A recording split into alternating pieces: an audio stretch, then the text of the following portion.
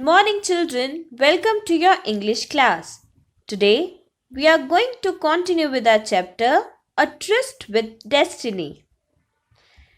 By the end of this video, you will be able to express this chapter in your own words, understand the meanings of difficult words and phrases, and will be able to answer all the related questions. So, children, yesterday we had read that Pandit Jawaharlal Nehru in his speech Tryst with Destiny talked to the Indians who were about to get freedom.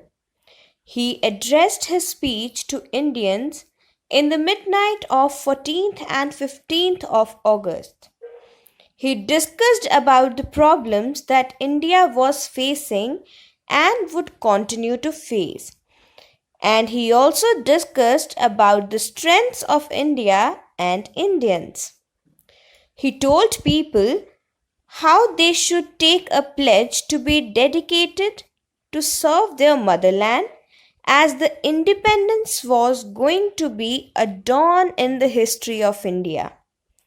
He then asked his people if they were ready to fight for the success of their nation and accept the challenge that future shall put before them. Now all of you open page number 94 of your English literature books, Roots and Wings. Now let's continue reading. Freedom and power bring responsibility. The responsibility rests upon this assembly. A sovereign. Sovereign means possessing supreme power. Body representing the sovereign people of India. Before the birth of freedom, we have endured all the pains of labor, and our hearts are heavy with the memory of this sorrow. So children, endured means tolerated.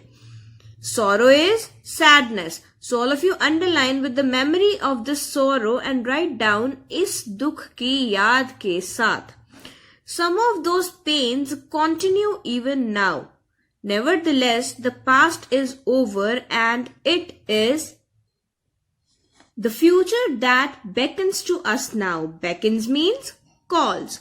So, in these lines, Pandit Jawaharlal Nehru says that the freedom of the country would bring along several responsibilities for the Indians. They will have to work harder for the betterment of their country. He says that Indians had already suffered a lot of pain, and the memory of that pain is quite sorrowful. But we were heading towards a new dawn of freedom. Now let's continue reading. That future is not one of ease or resting, but of incessant striving, so that we might fulfill the pledges we have so often taken, and the one we shall take today. So here incessant means endless. The service of India means the service of the millions who suffer. It means the ending of poverty and ignorance and disease and inequality of opportunity. So here poverty is a state of being poor. Ignorance, lack of knowledge.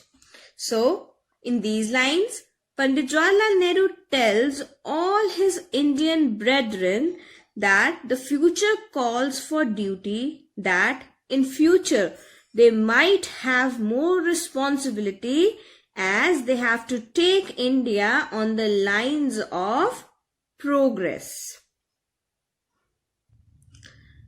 The ambition of the greatest man. Ambition means aim.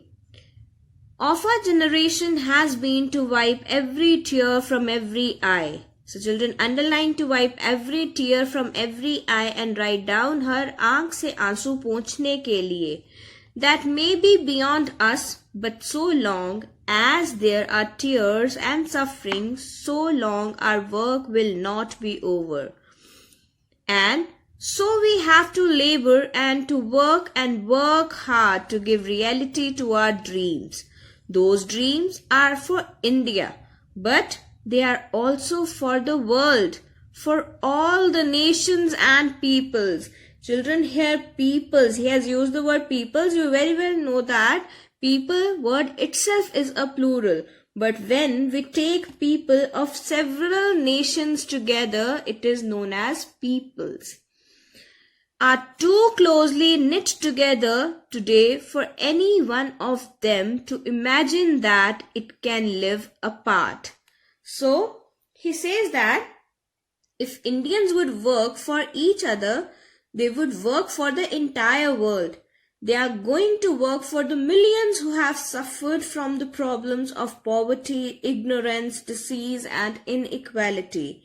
And we can call together, work, and put an end and solve these problems. He is advising all Indians to help each other, wipe each other's tears, put an end to each other's problems so that we can progress. Now let's continue reading. Peace has been said to be indivisible. Indivisible means which cannot be divided. So children, underline to be indivisible and write down avibhajya hona. So is freedom, so is prosperity now. And so also is disaster in this one world that can no longer be split into isolated fragments. Fragments means pieces. So children, here Pandit Jawaharlal Nehru is saying that if we want India to progress, or we can say the big picture is that if we want the world to progress, we can not work in the isolated fragments. We cannot work in the pieces. We have to work together. To the people of India whose representatives we are, representatives means delegates elected to speak, we appeal to join us. Appeal means request. With faith and confidence in this great adventure. This is no time for petty and destructive criticism. So this means that we should not differentiate on basis of caste, color and creed. We have to work together. No time for ill will or blaming others. We have to build the noble mansion. Mansion is a palace-like building of free India where all her children may dwell. Dwell means live in a specified place. So children, here he says that we need to make India a royal mansion, a palace-like building, and how we can take it on the road of progress and success later. By working hand in hand. So children, the gist of this chapter is that India was going to get freedom soon, and Pandit Jawaharlal Nehru requested every Indian to work hand in hand with his other Indian brethren so that we can take India on the road of the success. So let's discuss some cross questions. Whom did Pandit Jawaharlal Nehru call the greatest man of our generation? According to Pandit Jawaharlal Nehru, Mahatma Gandhi was the greatest man of our generation. What would bring responsibility in the Indians? Freedom and power would bring responsibility in the Indians. What have Indians endured before their freedom?